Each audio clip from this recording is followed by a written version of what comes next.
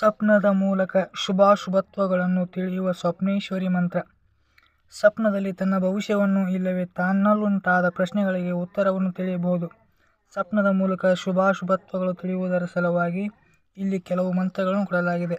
ಶುಭ ದಿನ ಶುಭ ಮುಹೂರ್ತದಲ್ಲಿ ಮಂತ್ರವನ್ನು 1,04 ಸಲ ಜಪ ಮಾಡಿ ಮಂತ್ರವನ್ನು ಸಿದ್ಧಿಸಿಕೊಳ್ಳಬೇಕು. ಅದರ ಬಳಿಕ ಮಲಗುವ ವೇಳೆಯಲ್ಲಿ ಪುನಃ 108 ಸಲ ಜಪಿಸಿ ಸಂಕಲ್ಪ ಮಾಡಿ ಮಲಗಬೇಕು. ಸ್ವಪ್ನದಲ್ಲಿ ನಮ್ಮ ಸಂಕಲ್ಪ ಉತ್ತರ ದೊರಕುತ್ತದೆ. ಓಂ ಹಿಲಿ ಹಿಲಿ ಶೂಲಪಾನಯೇ ಸ್ವಾಹ. ಎರಡನೇ ಮಂತ್ರ. ಭಗವಾನ್ ದೇವದೇವೇಶ ಶೂಲಭೃತ ವೃಷಭಧ್ವಜ ಇಷ್ಟಾನಿಷ್ಟ ಸಮಕ್ಷ್ವ ಸಮನುಪ್ತರಯ ಶಾಶ್ವತ. ಓಂ ನಮೋ ಭಗವತಿ ಕುಮಾರವಾರಾಹಿ ಗುರುಲಘುಂದ ಸತ್ಯವಾದಿನಿ ಲೋಕಚಾರ ಪ್ರಚಾರ ರಹಸ್ಯ ವಾಕ್ಯಿನಿ. ಮಮ ಸ್ವಪ್ನವದ ವದ ಸತ್ಯಂ ಹ್ರೀಃ ಪ್ರೋಹಿ ಅಗಚ್ಚ ಹ್ರೀಂ ಔಷಟ್. ಓಂ ಕ್ಲೀಂ ಸ್ವಪ್ನೇಶ್ವರಿ ಕಾರ್ಯಮೇವದ ವದ ಸ್ವಾಹ.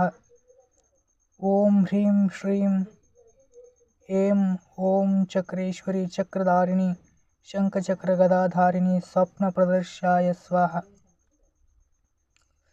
ಓಂ ನಮೋ ಯಕ್ಷಿಣಿ ಆಕರ್ಷಿಣಿ ಘಂಟಕಾರಿಣಿ ಮಹಾಪಿಶಾಚಿನಿ ಮಮ ಸ್ವಪ್ನ ದೇಹಿ ದೇಹಿ ಸ್ವಹ. ಮಂತ್ರ ಮೂರನ್ನು ಶುಕ್ಲ ಪಕ್ಷದ ಶುಕ್ರವಾರದಂದು ಶುದ್ಧರಾಗಿ ಅರ್ಧರಾತ್ರಿಯಲ್ಲಿ ದುರ್ಗಾದೇವಿ ಮೂರ್ತಿಯನ್ನು ಪ್ರತಿಷ್ಠಾಪಿಸಿ ಅಥವಾ ದುರ್ಗಾದೇವಿಯ ಎದುರು ಪಂಚೋಪಚಾರದ ಮೂಲಕ 10,000 ಸಲ ಮಂತ್ರವನ್ನು ಜಪಿಸಬೇಕು. ಮಂತ್ರವನ್ನು ಜಪಿಸುವಾಗ ಧೂಪ ದೀಪ ಸುವಾಸಿತ ಅಗರಬತ್ತಿ ಮುಂತಾದವುಗಳನ್ನು ಉರಿಸಬೇಕು. ಇದರಿಂದ ಮಂತ್ರ ಸಿದ್ಧಿಸುತ್ತದೆ. ಮಲಗುವಾಗ ಪುನಃ 108 ಸಲ ಮಂತ್ರವನ್ನು ಜಪಿಸಿ ಸಂಕಲ್ಪ ಮಾಡಿ ಮಲಗಬೇಕು. ಮಂತ್ರ ಮೂರನ್ನು ಪ್ರತಿದಿನ ರಾತ್ರಿ ಮಲಗುವ ಮೊದಲು 108 ಸಲ ಜಪಿಸಿ ಅದೇ ರೀತಿ 21 ದಿನಗಳವರೆಗೆ ನಡೆಸಿದಾಗ ಮಂತ್ರ ಸಿದ್ಧಿಸುತ್ತದೆ. ಬಳಿಕ ಸ್ವಪ್ನದಲ್ಲಿ ಭವಿಷ್ಯ ಅಥವಾ ಪ್ರಶ್ನೆಗೆ ಉತ್ತರ ಕಂಡುಕೊಳ್ಳುವ ಯಾವುದೇ ದಿನದಂದು ಮಂತ್ರವನ್ನು ಪುನಃ 108 ಸಲ ಸಂಕಲ್ಪ ಮಾಡಿ ಮಲಗಬೇಕು. ಸ್ವಪ್ನದಲ್ಲಿ ನಮ್ಮ ಪ್ರಶ್ನೆಗೆ ಉತ್ತರ ಅಥವಾ ಭವಿಷ್ಯ ತಿಳಿದ ಬಳಿಕ ಪುನಃ ಮಲಗಕೂಡದು.